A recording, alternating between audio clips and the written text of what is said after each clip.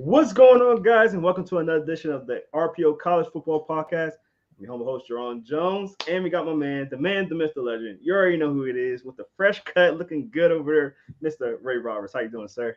I'm good, Jerome. How are you? I'm good, man. Good, man. I'm excited because it's Big Ten week.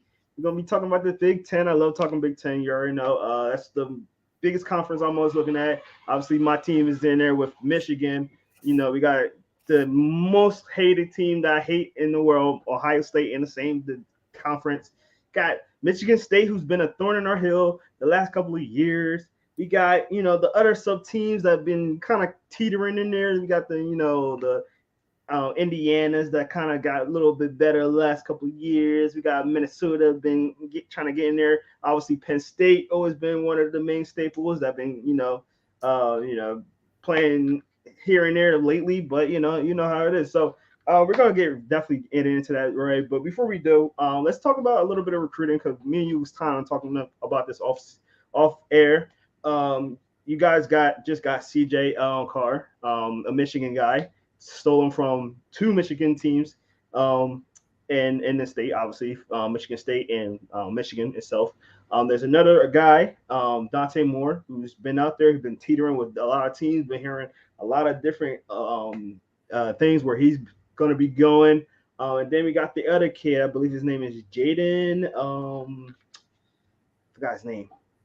But he's like the third tier guy in 2024. That should be been getting looked at Michigan as well. Ray, let's get maybe some predictions. I know you talked to David Moore's. I'm sorry, Devontae Moore's dad. Told you he might go to the Notre Dame. Don't look like it might be that case right now. What is your take? What is maybe some of your predictions on what's going on with that and where you think he's going? I still hope that Notre Dame is an outside shot of landing him because he's an ultra talented kid. Yeah. He has excellent pocket presence. He's a good solid athlete. He's not a runner per se, but he likes to move around and he's very good. Mm-hmm. I don't get the same feeling about him going to Notre Dame that I did before.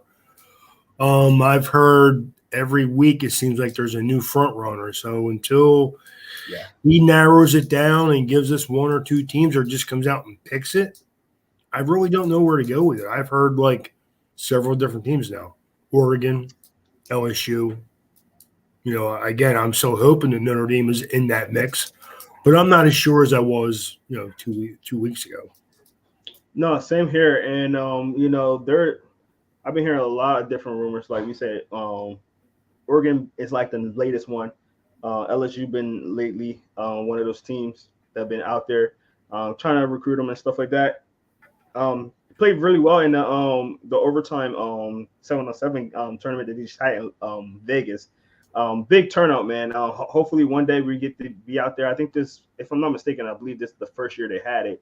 So that was a really cool event to see, them out there and some big names out there. Shout out to Jerron Dickey. He just committed to Oregon.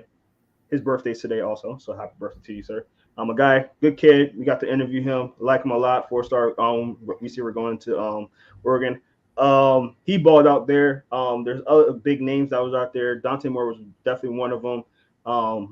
Malachi Nelson, another guy that we got to interview. He's a really good kid going to USC now. It seemed like a cool event. Right? Was you able to kind of follow up on that event? No, I really wasn't, Jerome. I'm kind of busy. I didn't really get to watch it. I'd pretty much been just looking at the teams that we've been talking about and going. Definitely.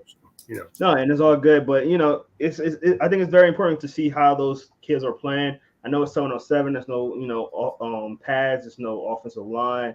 There's no pass rush. Well, it was kind of sort of pass rush there. It was like a time pass rush kind of thing. So it was a little bit different than your typical 7-on-7s, but I just like to see how teams kind of get together. I think it's really more important for the wide receivers to see how they do, honestly. But I think these events are really cool. If you guys haven't seen it, you can definitely go check out the 7-on-7s on I think it's called OT7. for overtime 7 on 7. So check that out, man. They got some good Is it players out on? there. Can you catch it on TV, Jerome, or you got to go on? That's a good question. I'm not sure. I've seen a lot of highlights on Twitter. I will definitely give you if I see anything, I'll definitely send it your way for sure. Okay. But yeah, if anybody else in the comments or whatever, definitely let us know if there is some way you can view that. That'd be cool because I would like to see it myself actually as well. I only got to see some highlights, but speaking of the comment section, if you are live right now, we are live on YouTube, Facebook, and Twitter. So if you're watching this right now live, you can definitely put your comments in the comment section. We will put it on the screen, and we will answer any questions you may have because we will definitely be getting into some great stuff dealing with some of these conferences.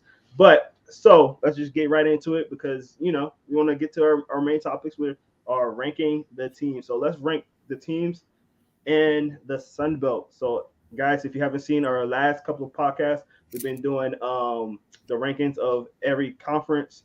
Right now we're doing the Sun Belt today, and we're doing the Big 10. We did the Big 12 last week, and we're doing some other ones as we're going. So make sure you go check that out on YouTube. It is up there, and leave a comment on them as well. So, Ray, let's do it. Rank your top teams, starting with the Sun Belt Conference. Let's go. You want to go from bottom to top? Bottom top, yes, sir. You got Louisiana Monroe at number 14. Yeah. They're the last team. Now they're in the west part of the conference, but they're number 14. Mm-hmm. So that would make them 7 out of the west teams. And then I have Texas State at number 13, again from the west part of the conference.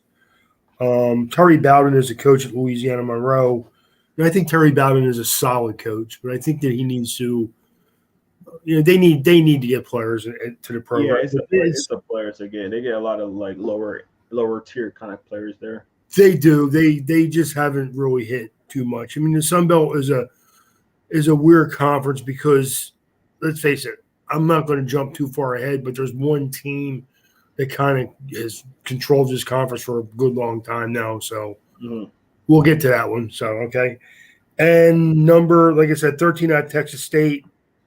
Lane Hatcher is a quarterback at Texas State. I actually like him. I think he's a good athlete with a good solid throwing motion and good arm. A little short on the short side, but not a bad little player. Georgia Southern at number 12. They're the first team from the eastern part of this conference, but I have them at number 12. At number 11, I have South Alabama. Kane Womack is their coach. Good up-and-coming young guy. I like him, but I like them to – again, they're not an ultra talented team right now. So, yeah.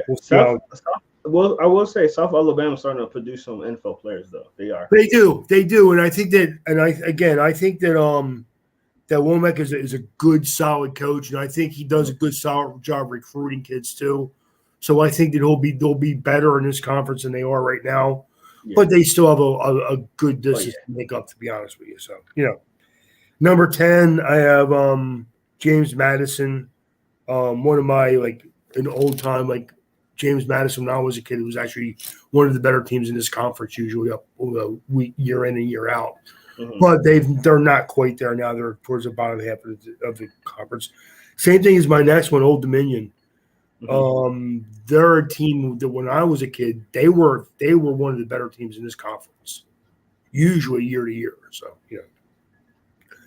number 8, I have Southern Mississippi.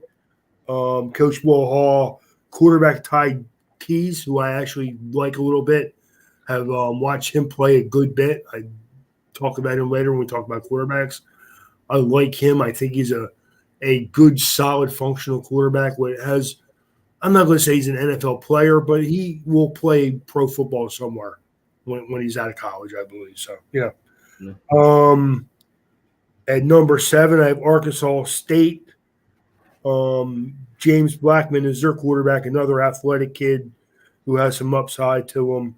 Butch Jones is their coach, who's a good, solid, college football coach. So, I mean, it's hard until you get to because really the top 5 teams in this conference are the teams you hear from these in this conference like every year now. So yeah. God. No, I was gonna jump in because we were talking about this a few podcasts ago. Sunbelt actually added a few teams this year, so they have did. New teams. James Madison being one of them. Yep. I feel like you're about to add another team that just got added to it. What was the other one? Old Dominion's in there. Old Dominion and Marshall. Yeah. Marshall. So just wanted to clarify that with you guys because I know we was having some issues with that last time. But they are now Sunbelt teams, although their websites don't say so. But go ahead, Ray. I'll let you continue. Well, the crazy thing is Marshall in this conference is a really good team, but they're still only number 4, so they're not quite that good. I think they felt like, and you know what? They're close enough where they could finish. I'm not even going to say number 3. I think number 4 is really a good spot for them in this conference. It really is. So, so at number 8, I have Southern Mississippi. Number 7, I have Arkansas State. Again, talked about them. Georgia State at number 6. Coach Sean Elliott, who's a really smart offensive mind coach. So I like him a little bit. Troy has John Sumrall as their head coach, who, again, at number 5, is a team where I had a little bit of a hard time picking between them and Georgia State. I only went with – I like the spot, though, Ray. I do. Yeah, I do. I think there's a good spot for both of them teams, but Georgia State, Troy, similar talent, similar schemes, similar play, similar types of offense and defense. So it's a little bit harder to get them. At number 4, I have Marshall. Number 3, Louisiana, and Coastal Carolina, who Jamie Chadwell is their coach. Bryson McCall is our quarterback. We've done a lot of talking about them the last couple of years. So they're a nice team. And Appalachian State is number 1. Ooh. Okay, let's talk about it because all right. So as you know, inside the hatches, we like Coastal Carolina. We interview a lot of their players. They got really good players. It's not just interviewing them. They got really good players. A lot of the players that we did interview either went to the NFL or on some kind of team right now. That graduated or went on. They have been on a decline lately because they've been losing so much talent. But I feel like their recruiting lately has been pretty good. But Appalachian State has always been a thorn in that conference. Like they've always been that team that if they're not number 1, they're either number 2 or number 3, and they're always competing. So I don't hate them being number 1. I might have flipped those 2 teams because those 2 teams kind of flip flop themselves like every year. Last year we thought Coastal Carolina was going to be number 1 all year. Appalachian State took that spot. The year before we thought Appalachian State was the one, and it was Coastal Carolina. Coastal Carolina is kind of a newer team to be in that state though, because they only been doing it for maybe the last 4 years, maybe 5. Mm-hmm. Where Appalachian State always been kind of a thorn in their heel. Just ask Michigan fans. I'm still sorry about that, Ray. I'm always gonna talk about it. I don't care. But what's your take on that? I think depending on what draft or what college football thing you magazine you're reading, you could see where some people may flip flop them 2 teams. I mean, I like Appalachian State because I like the consistency and I like the program. So not that Coastal Carolina is not a good program. They are, and I like Chadwell, their coach, and I like Grayson McCall, their quarterback too. I do. I just think that Appalachian State, I get a little bit more consistency, and I like Sean Clark, their coach, also. So I think that again, I could have flip flopped those, and either one. I think that we're pretty sure that one of them 2 will be 1, and one of them 2 will be 2, no matter which way you go. I just went for a more consistent program. That's all. So definitely. And who you had at number 3? Louisiana. Okay. The Raging Cajuns. Correct. He had them over Marshall. Man, that's tough. That's a tough one right there. Yeah, because Marshall. You know why it's not for me though? Because I think Marshall is a more physical type team. They are. Well, I think Louisiana's a more athletic team, and in this conference, I think that matters. So I'll give you that. Okay, I'll give you that. Okay. Nice. All right, let's get into the next one. This is the one everybody wants to hear about. Obviously, the Big Ten. We're gonna dive deep into everyone in my area, not in your area. That's true. That's true. I'm definitely a Big Ten guy, no matter what. SEC is cool and all. I get it, but Big Ten's up there, man. We're up becoming conference, man. I like it. I like honestly for 40 years, right? Up and coming for 40 years. I mean, come on, right? Relax. No, man. No, the Big Ten is very good. It's a great football conference. It is. I mean, I would say right now it's probably the second best. Oh, it is, without a doubt. Yeah, but it's been like that for 30 years now. So yeah, SEC is king. Let's just say it. Let's just give them the flowers. Their top end teams are just a little better than the Big Ten top end teams. Yeah, the middle ranked teams are very similar. And the thing is this: we say all the time, the reason why the Ohio State, the better teams in this conference, Michigan, Wisconsin, Iowa, Penn State, Michigan State to a certain extent, have a chance is because they do recruit good offensive and defensive linemen. Yeah. And that's where games are lost. That's literally what I was about to say, because they every time you look at a draft or something like that, it's most likely you're going to see an offensive or defensive line in this conference. Which I think that's really cool because it's very competitive in that space.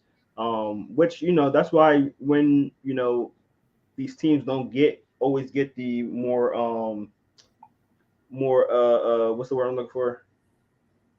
The more showboaty. I hate to say that word, but the skill positions. There you go. That's what I was trying to say. The skill positions, when when these teams don't get the highly ranked skill positions. Well, you know what it is, though, Jerome? I know what they're looking for, though. Even with that, Jerome, I think Ohio State gets a lot of them kids. They do. I think Penn State, Michigan, like I said, Wisconsin, Iowa, Michigan State will get one or two of them kids. But Alabama will get 4 or 5 most of the time. LSU will get 3 or 4 most of the time. Yeah. That's the difference, really. No, and it is. It is. And that's why, I mean, I think our recruiting gets overlooked sometimes. And it's great to have, it does suck that 2 quarterbacks in your own state leaves, but a lot of these kids don't see that. They look at wow, this receiver's over here, I want to throw to him. Where these teams that are usually here, except for Ohio State, hate to congratulate them for that, but they're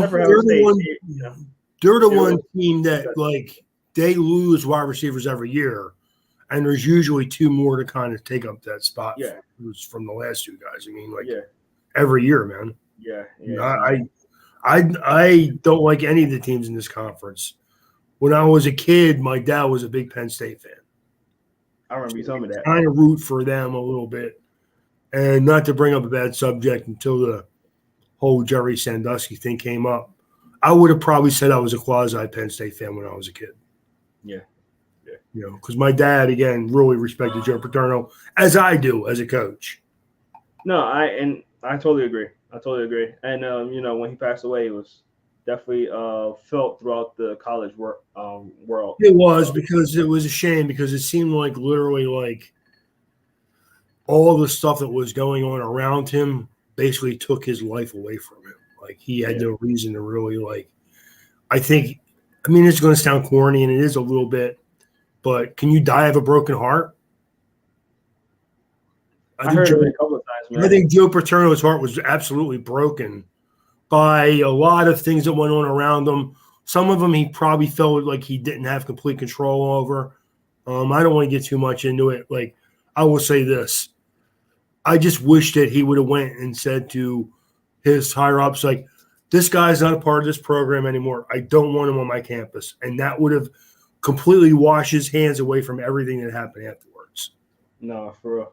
No, I agree. And I'm not trying to point the finger or nothing like that. But again, I'm not going to sit here and act like Joe Paterno is one of the top 5 college football coaches ever to be on the sidelines. Plain and simple, period. 100%. No, I totally agree. Totally agree. And it sucks that it happened the way it did, the way all that ended. But I mean, I don't know how to. I don't even know how to finish. Well, it comes down to this. Like you heard some people saying, you can't do this to Joe Paterno. He is Penn State football. And I agree with that. For 40 years, he was Penn State football. But by saying that, you can't let him wash his hands of what was going on. Correct. Sorry. No, 100%. 100%. All right, let's get back into football, though. Let's get to the rankings, man, because I'm excited to see what you got with these. So, ranking all the teams in the Big 10. Let's get it. All 12. Well, no, 12. 14 of them. Who you got in number 14, Ray? Well, the good thing I like about this is I did get to watch these teams on a regular basis. It's not like even SEC teams. I get to watch these teams every week in one of them in one form or another. Penn State's on a lot. Ohio State's on a lot. We know we get Michigan State's a good bit around here. Nebraska, even Purdue. I mean, that's why it's easy for me to talk about these teams as opposed to other teams for sure. So, No, and I totally agree. I mean, I don't get that luxury as much as anymore. I've been down here for a year. Get all SEC mostly. I mean, so I should feel sorry for you because you get to watch the SEC on a weekly basis. Oh.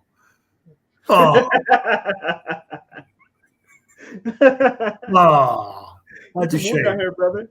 You can move down here. Man, like that's the bad thing about it is though, I get to watch Georgia a lot. I get to watch Alabama a lot, but you don't get to watch the other teams. Only when they're good. Yeah. If LSU is good, you're on a lot. If they're not, they're not. You know what I mean? Exactly, because you get the primetime games, you're always right. It's always going to be Alabama, Georgia, even Texas A&M. Believe it or not, before them other teams. Yeah, they're a pretty popular team. I think people just like that brand. I don't know what it is about it. They just like it. Yeah. I don't know. All right. Well, number 14, I have Illinois. Not that surprising, even though I do think Illinois gets some good quality athletes to their program, which we could say that about basically every team in the Big Ten. But they were actually a little better a few years ago. They've pretty much fallen to the bottom of this. What happened? Yeah, they had that one. Okay, Yeah, they had that 1 year that was like, and that was the team that Lovie Smith was at, right? Yeah. Yep. Yeah, they had that 1 year where like they were looking pretty good. I mean, it didn't finish that well, but like it was rolling, and you was like, "Ooh, okay, Illinois, okay, Lovey." You just kind of see it kind of gelling together. But I agree with you. They haven't been that good lately. There's a reason why Lovie Smith left, and I mean, well, now they have Brett Bielema as their coach now. Who I like Bielema. I think he's a good, solid, college football mind, a good coach. But he's got a lot of work to do, obviously. Yeah. And number 13 breaks my South Jersey heart. I have Rutgers at number 13 because, again, I think Schiano will get them in the right direction, but he has a lot of work ahead of him, man. So. Yeah, I mean, Rutgers, those years that Rutgers were really good, that's when Schiano, how you say his name? Schiano, Greg Schiano. Schiano, there you go. Sorry. Schiano was at his peak, and then that's when he left to go to Tampa, and the team went down here from there. And I think he thought, hey, I'm just an assistant now. Let me go back to stomping grounds, try to redo it again. Thinking now it's just like a little too late. Like it's just gonna be hard for him to kind of get back to where he was like for a while. I mean, if any, it's just Rutgers has not been on the map for a minute. No, they've had some decent players come through there.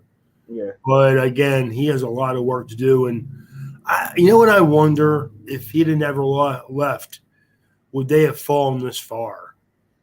I don't think like if anything, they would have been like a mid-tier kind of team. I agree with you.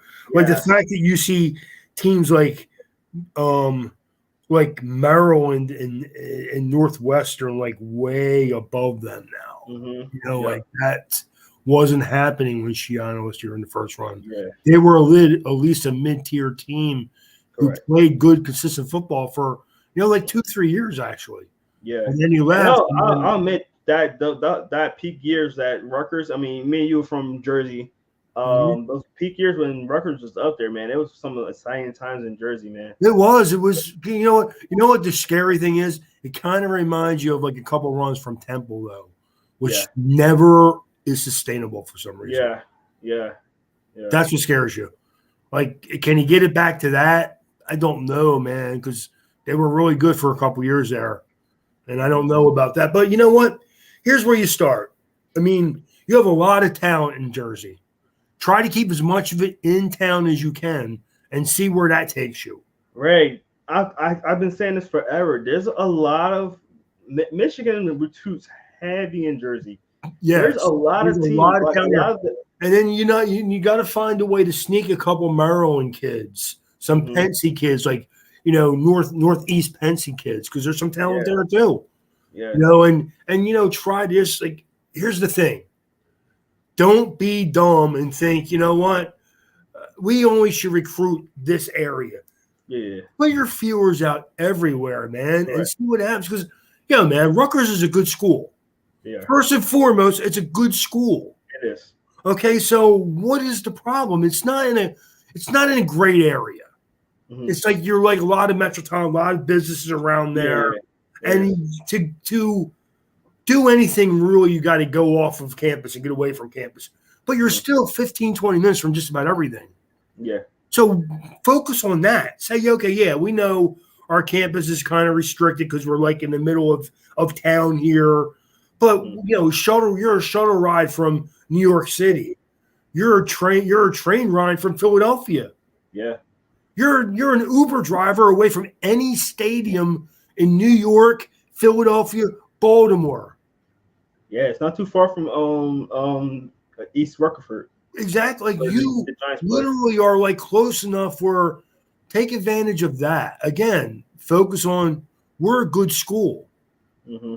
Like that's, because honestly, like that is the most important thing. Yeah. We're going to give your son or your daughter a good education, and that's where everything else starts. No, I agree. So, all right. We got into Rutgers a lot for number 13. We did. I was thinking that, like, man. We figured out. Okay. I got number 12. I got Indiana. I think Indiana was, again, they were a pretty hot team a couple years ago, but that was COVID year, man. That was fake. Yeah. It was fake. I mean, they deserve credit for going out there and playing, but it was fake, man. It wasn't sustainable. It wasn't. Yeah, I do think they have some solid players there. They do, but again, we just put it all together. Yeah, we can say that about every team in this conference, though. There's talent on every roster. Mm-hmm. Just is there enough of it to compete with the top 4 or 5 teams, 6 teams, maybe? Probably not down this far. So. Okay, number 11, I have Northwestern. Pat Fitzgerald is their coach, but they've lost a lot of talent the last couple of years. Yeah. And they're going to need a couple of years to get back up to the top of this conference because they're in the western side of the conference. And even if I split up the conference, I have them 1, 2, 3, 4, 5, 6th, even in the Western Conference. Wow. Well, looking at it now, yeah, I get it. Yeah. Because I don't want to get too far ahead of myself, but they're in the same conference as Minnesota, and I have Minnesota 10th. And then again, I like PJ Fleck. I like Tanner Morgan, their quarterback. I think he's a good, solid college football player. Mm-hmm. But I don't like him enough to think he's going to be any higher than maybe 9th, but I think right now, I had 9th, I have Maryland, and I think Maryland's a better football team right now. Yeah. I do. I think I'm not going to say they're better coach, even though Mike Lockley's their coach. I like him a lot. I think he's a good football coach. I just think that they have a better roster. Mm-hmm. And even though I don't think Tagovailoa is going to be an NFL prospect, as a college quarterback, he's an exciting player who he's a little up and down, but when he's up, he's pretty good. Oh yeah. When he's down, he's bad, but when he's up, he's pretty good. And he's athletic enough where he can help you win games as long as you don't ask him to do too much. So, Yeah. I mean, I don't want to get too heavy on it either, like you said, but because you didn't get to that ranking yet. But Tua, I just seen something online that somebody thinks that Tua is going to take the next step. So, I mean, I would love to see that. I think he's a good quarterback. You know what? Honestly, he got the receivers for it too. They do, and Maryland is a good team. That's why I have them. I have them ranked 9th, but I have them ranked 1, 2, 3, 4, 5th in the East. Yeah. So could they finish above Penn State? I don't think so, but I do like their quarterback more than Sean Clifford. Mm-hmm. So we'll see. But I don't know. I don't know if Maryland has a nice roster. They're a little bit of a finesse team to compete with Penn State, though. They are. You know what I mean? That's my only thing. Like Penn State is still a more physical football team and probably would win in that game. But I do think Maryland's roster is pretty athletic, including their quarterback. Mm-hmm. I do. I think they're a nice roster. So I think they're going to be an up-and-coming team. I think that they recruit well. They're another team. They're in a good spot because Maryland does get some talent. But I think it could get more talent if they would recruit harder. I do. Yeah. No, 100%. I think that they're in a great area. They're close enough to Philadelphia, New York, Carolina, even Florida, where if they could get some of the guys that they don't they did get Stephon Diggs, who's a great wide receiver. He did go to Maryland. He's a Florida kid. Mm-hmm. So if you can get that kid, why can't you get more? And they're all around talent down there in Maryland. But I know it's a smaller school, smaller campus, but it's in a fairly reasonably nice neighborhood though. I've been to Maryland's campus. It's nice there. I don't think there's any problem with it. That's why with Rutgers is a little bit harder to sell, even though Rutgers campus is nice, but you do have Route 9's right there or Route 18's right there, and you walk out the door, you're right on a major highway. Right on the highway. Difference, where Maryland, you're right off of 95, and I forget what other route goes across 95 there to take you down to their campus. But it's a nice, you go to a lot of nice areas around Maryland's campus where you don't have to really be too close to the city. Like you said, you're close to some shores. You could go find some mountains, some trails or something like that if you wanted to. You don't really have to stay on campus if you go to Maryland. Yeah. So again, I would sell the area. Here's the difference. I think Rutgers is a better school though. I do. Academics wise, I think they are. I agree with that. I think they are. I don't know that for sure. I didn't go to either one of them, but I think they're a better academic school at Rutgers. They have a better reputation that way, I believe. So, no, 100%. I think. Right, let's get back to your list though. You got it. At number 8, I get Nebraska. Scott Frost, coach. Wait. You missed the teams because you went to. I think you skipped over. You went straight to Maryland, if I'm not mistaken. No, I said Northwestern 11, Minnesota 10. You didn't say Minnesota. Yeah, I said because I said PJ Fleck I like. Oh, okay. Oregon I like, but I don't like them any more than to finish towards the bottom half of the. Yeah, side. They were a team that was ascending at one point. 3 years ago, they looked like they were going to be a good team. Really, and I feel like ever since COVID, because that's when you had Rashad Bateman. Tanner Muse. No, not Tanner Muse. Tanner Morgan. Sorry, Tanner Morgan. He was playing really well at that moment. He was. The defense was playing really well, and I feel like ever since COVID, they just went downhill. Honestly, I think they were a team also when even the year before COVID, they were really good. Yeah. And then it just seemed like That's what I mean. Like once COVID hit, I feel like the team took a hit as well. they did, and they're just not. They didn't recover from it. But I think that again, I think they'll be okay in a couple of years. They just need to have a couple good years of recruiting and get their feet underneath them again. Because I do like PJ Fleck. I think he's a good football coach. So, yeah. All right.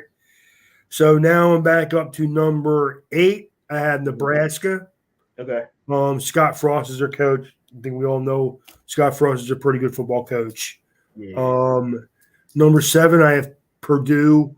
Jeff Brom is their coach. Again, a good makers. Yes, good physical type team. Yeah. They're a weird team because like when they play teams that like they're the same level, they just don't play well. But like when it comes to like they play up to their talent, their competition is they had a couple of upsets last year. They remind me a lot of Boston College.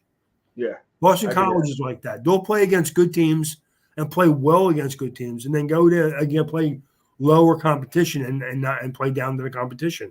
Yeah, I don't know why they do that, but they just do. It's just weird. But number 6, I have Penn State. Of course. Ooh, What's that? You got them pretty low. I do. I don't like their quarterback. I feel like they just acquired somebody though. Unless I'm just thinking recruiting wise, but I feel like they just acquired somebody. I don't know that. I can look at their roster. Yeah, I only see Sean Clifford right now as their starting quarterback. So yeah, I'm looking into it. I'm looking into it now. But go ahead, Ray. Well, I just think that I have them number 6. At number 5, I have Iowa. Kirk Ferentz, the quarterback. The coach. Good football coach. Good program. Good physical football team. Number 4, I have Michigan State. Number 3, I have Wisconsin. Number 2, I have Michigan. Number 1, I have Ohio State. I'll be fair. That's a fair rankings right there, right? But let's just jump back a little bit because you got Penn State 4 and Iowa number 3. Iowa played really well last year. What do you like about Iowa over Penn State? Because Penn State always get good recruiting. Iowa, like we said, Iowa will get that. When you think Iowa, I always think offensive line every time, all the time. That's all I think about: offensive linemen and good running. And they have Spencer Petras as their quarterback, who I'm not crazy about him either, but he's an athletic kid who doesn't turn the ball over. I just don't like Sean Clifford, man. I just don't. And this is his 6th year. Yes, I know that. Jeez. Well, one of these years is going to be good. So, Right. Oh, man. So that's hilarious. So that's what happens when you're like a 5-year-old playing with 18-year-olds. You look a little better, you got a lot more experience and you know what's going on. So I'm looking at the roster now. So the guy I was thinking about is their freshman. He's a freshman coming in. His name is Christian.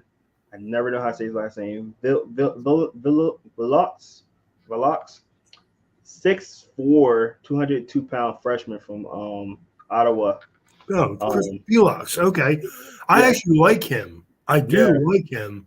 But Penn State doesn't play, Yeah, he's probably not going to start. He's not going to start. So that was the kid I was thinking about. I think they're in good hands with him. I think he's going to play really well. I think he'll be, like 2 years from now, we'll be talking about him actually as a player. We will. Yeah, I agree. Right. And that's the guy I was thinking. I was like, they didn't just get a quarterback, but they didn't get anybody with experience. So they got a freshman. Right. The only way I would worry, put that in consideration, if it was like a transfer portal type of a situation where the kid actually has some games under his belt. He does. Didn't their running back Noah King? He's still on the roster. Okay, I feel like he was wasn't at one point he was in the transfer portal or something like that. I don't remember that, to be honest with you, Jerome. I don't remember that, to be honest with you. I don't know that. I felt like he was thinking about it, or it was rumors or something like that. I don't know. Maybe I don't know if you're a running back, why would you leave Penn State? Sure. I mean, they put out running backs. I mean, They do. Unless you're going to go to Ohio State or Michigan, where else can you go? I mean, from Penn Yeah. State, like I don't know. Wisconsin produces decent backs every once in a while. They do. This whole conference, really. I mean, like if you look at this conference, you gotta think about it. Like we saying, they built through the offensive line. You build through the offensive line is gonna make the running backs' job a lot easier. So they're gonna have good running backs. Yeah, I just don't. I mean, obviously, having Michigan and Ohio State are not a surprise. Mm-hmm. I mean, they're both good rosters. I mean, I think that Michigan is a top 10 team. Mm-hmm. I do. It depends on like what publication you look at. I have them ranked at number 7 right now. So I still think, I've seen publications where they're ranked 10th.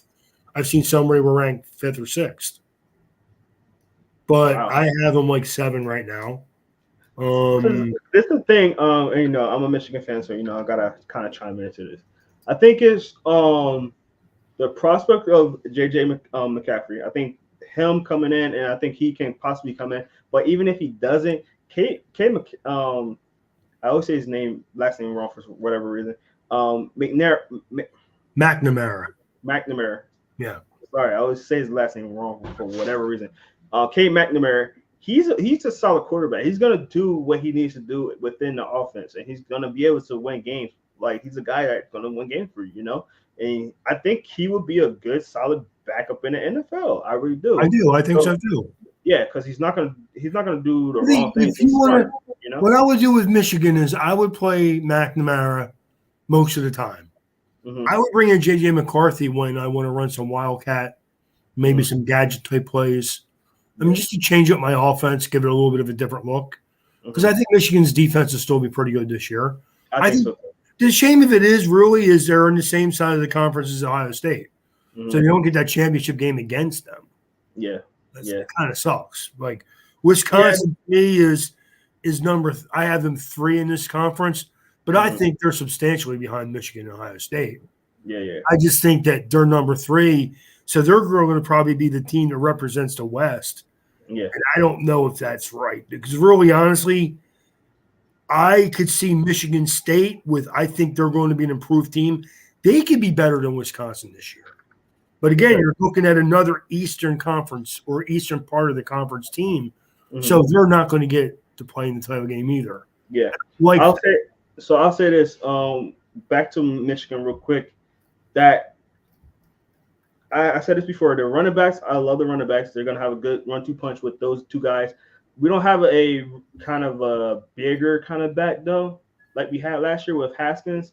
So that's going to be interesting. But we got 2 really good we got a really good scat back, and we got a good receiver back out of Donovan Edwards and Blake Corum. I really think they're going to be really good. Blake Corum's going to come back really well, I think. And even if you don't, I think Donovan Edwards probably could take the starting role. Really, he's not. I don't think he will, but I think he could.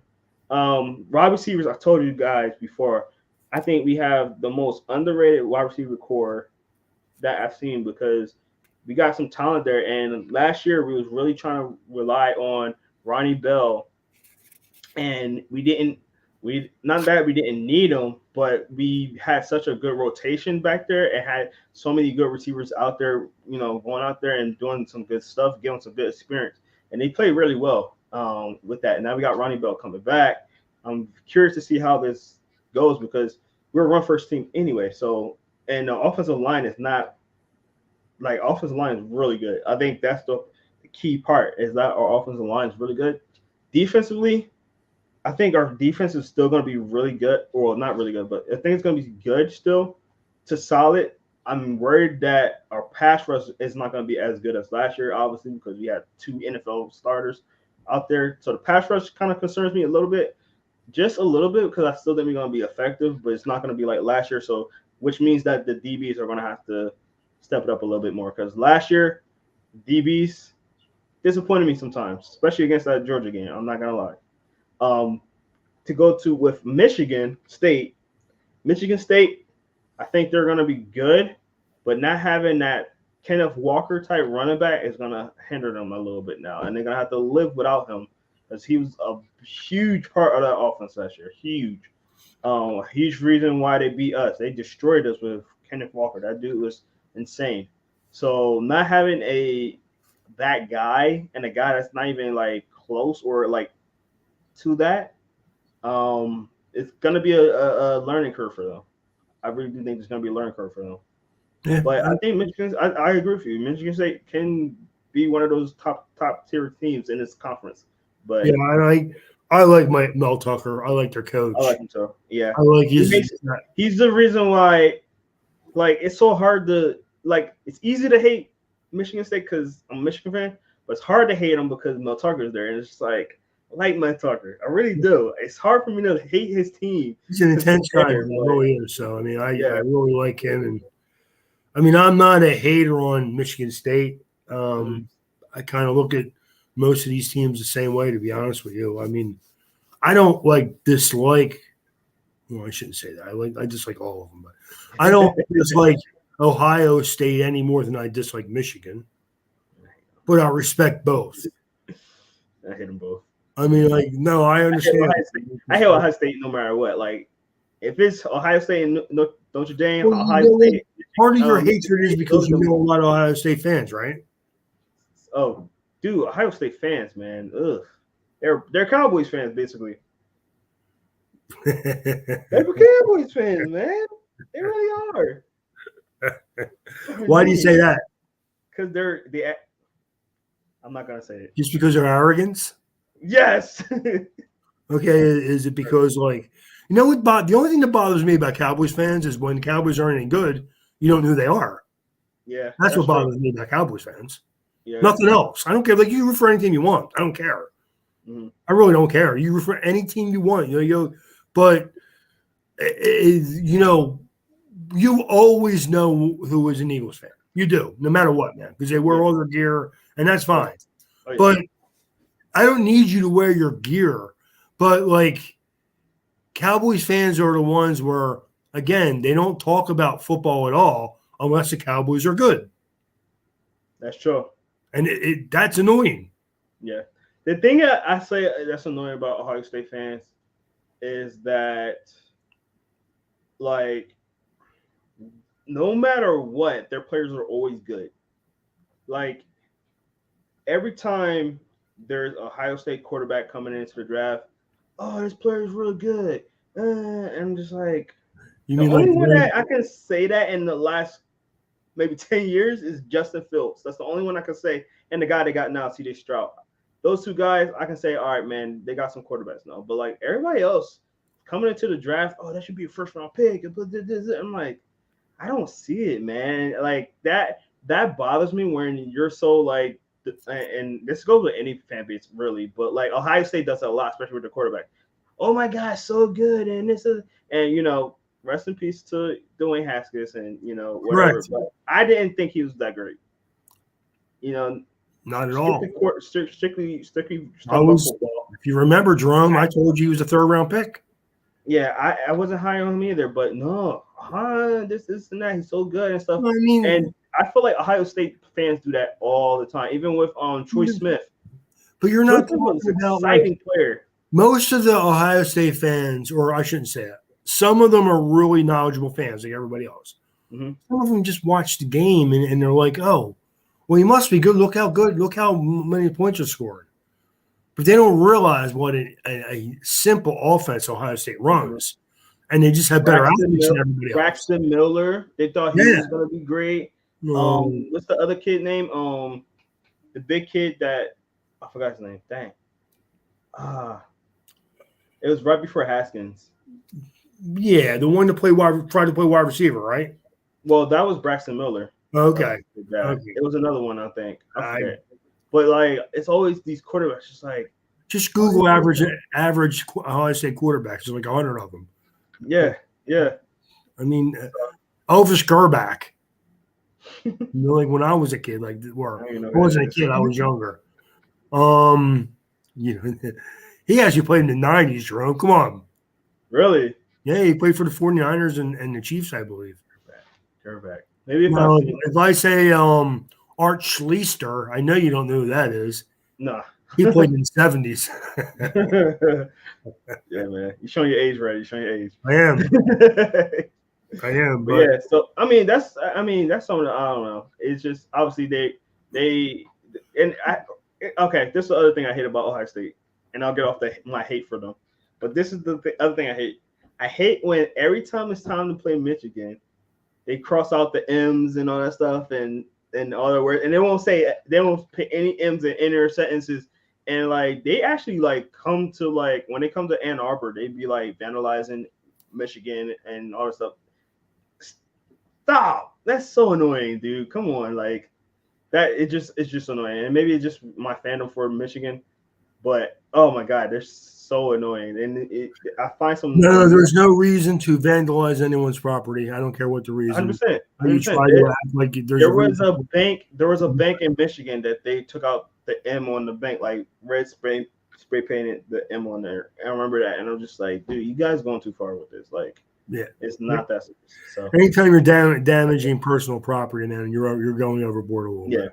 yeah. I mean, it's like, man, you can argue with me about anything, but I had no desire to ever put my hands or be physical with anybody. Yeah. That's going over the line, man. Like, there's no reason for that. You can't have a good, intelligent argument with somebody.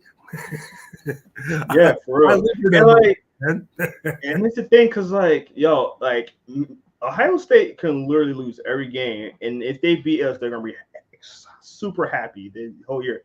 And when we beat them last year, I didn't say much. I was happy, whatever. I didn't say much to the Ohio State fans.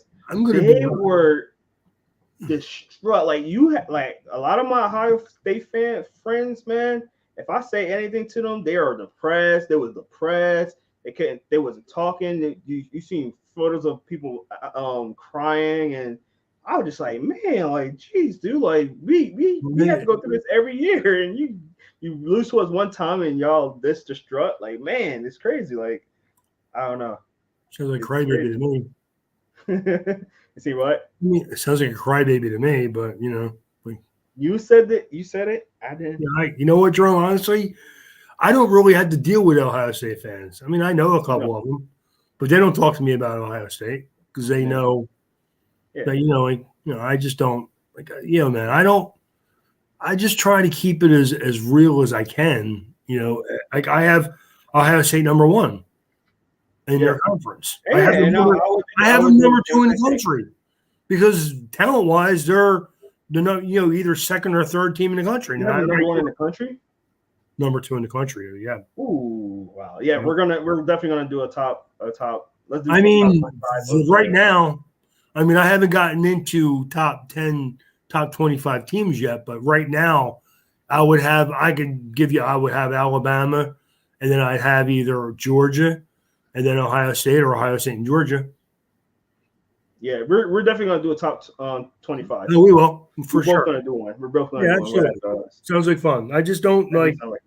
The thing about Ohio State is like I don't care about their fans again because I don't deal with them. That's why. And this is the part that bothers me. Like they don't like Penn State, they don't like Michigan State, they don't like anybody in their conference, but they're so egotistical that they have to act like the Big 10 is still the best conference in college football. Oh, let's not talk to Remy about that one. Well, that's what man, I see the talent all over the place. Again, I would put the top 5, 6 teams in this conference are at top 30 teams in the country. Mm-hmm. Okay. And the top 2 or 3, I would go 3. Some people would argue 4 or 5 can compete with SEC teams because they'll win some matches in the trenches. Yeah. Okay. But not against Alabama. Probably not against Georgia. Probably. Nah, Georgia. Not like Ohio State could, but none of them other teams. I don't think. I'm not saying they couldn't beat them, but I'm saying like talent-wise, they're not as good. Yeah, I remember that one year. Alabama just slipped out of the playoffs, and it was Michigan versus Alabama. This was Michigan's year that they was playing pretty good. Not a great year, a pretty good year, and we got smoked by them in that game. I think it was like the Rose Bowl or something like that. Oh my god, it wasn't even close. I was so embarrassed. I was like, this is not good. It's not good Yeah, ball yeah, for us. man. Like both the last two times Notre Dame has played Alabama in playoff big games, they've gotten torched. I mean, like, Yeah, it's what it is, man. yeah, I yeah. mean, do I I wish? wonder. I do wonder if the tie's gonna like shift a little bit now with the NIL. I mean, I I always say think it I, will, where maybe some of the SEC teams will get more talent, especially like Texas A&M. yeah, and start But sneaking up on them a little bit. correct. So it'll probably be a little bit closer. I still think it's Alabama. Yeah, We're same, still going to get the cream of the crop. same. The question is, again, like we were talking about even with the transfer portal, do you really want to go to Alabama and be like the third or fourth player? Yeah, I mean, and I don't know if you noticed, Alabama been stealing some players from other teams lately too. they have. Well, I think they haven't had as great a year recruiting. I think that's Yeah, their way of getting around it. yeah, yeah. I Like I mean, believe they just got an offensive tackle that's from I think West Virginia or something like that. Either West Virginia or Tennessee or something like that. He's really good. He's yeah. gonna be starting for them. I forgot his I mean, name, like, but what's funny? Offensive line is the one position where Alabama, don't get me wrong, they put players out there, but they're not really great players. yeah, And they're yeah. I just mean, good. Evan Neal was amazing, Yeah, but outside of him, that's it. Everybody else has been okay. yeah, They have guys that'll go into the league. Most of them are like either marginal players or maybe backups. yeah, But I mean, like, but their skill players are just so good. I mean, like, it's just crazy. definitely. They lose two or three guys every year, and every year. That's what I mean. Like, you could be a guy on Alabama and say you're on the bench and you're like third string wide receiver, and then you think, okay, well, I'm not going to play this year a lot, but I'll play next year a lot. Not with the transfer portal though, because they may get that guy to replace you like that. Mm-hmm. So that's Yeah, where it's going to be a problem. yeah, definitely. But that's gonna do it for us today, guys. Thank you all for checking us out on the RPO College Football Podcast, guys. Definitely had fun. We're gonna continue this and have to keep rolling with all the other teams as well. But let's make sure you guys check us out on all our social media: Instagram, Facebook, and Twitter. Inside the hashes, make sure you go check us out on YouTube, where you can find this and a lot other videos on there. We got the RPO podcast, we got the Air It Out podcast. It's usually on Thursdays. We got interviews, we got a whole bunch of we got gaming, all that great stuff on our YouTube channel. So go make sure you check that out, and make sure go check out all the other rankings that we did, man. Because we reference a lot of the stuff that we said before. You're not gonna get it unless you watch it. So make sure you go watch that. Hit that notification button. Hit that sub button as well to show us some support with Inside the Hatches as well. And make sure you go check us out on Spotify, Apple Podcasts, and Google Podcasts. We found all the podcasts on there as well as all our player interviews. So make sure you go check that out, Inside the Hatches. Ray, any last parting words, sir? Not really. Just always looking forward to the season coming up. It just seems Yes. right now it seems a little farther away than I would like it. So far. It seems so far.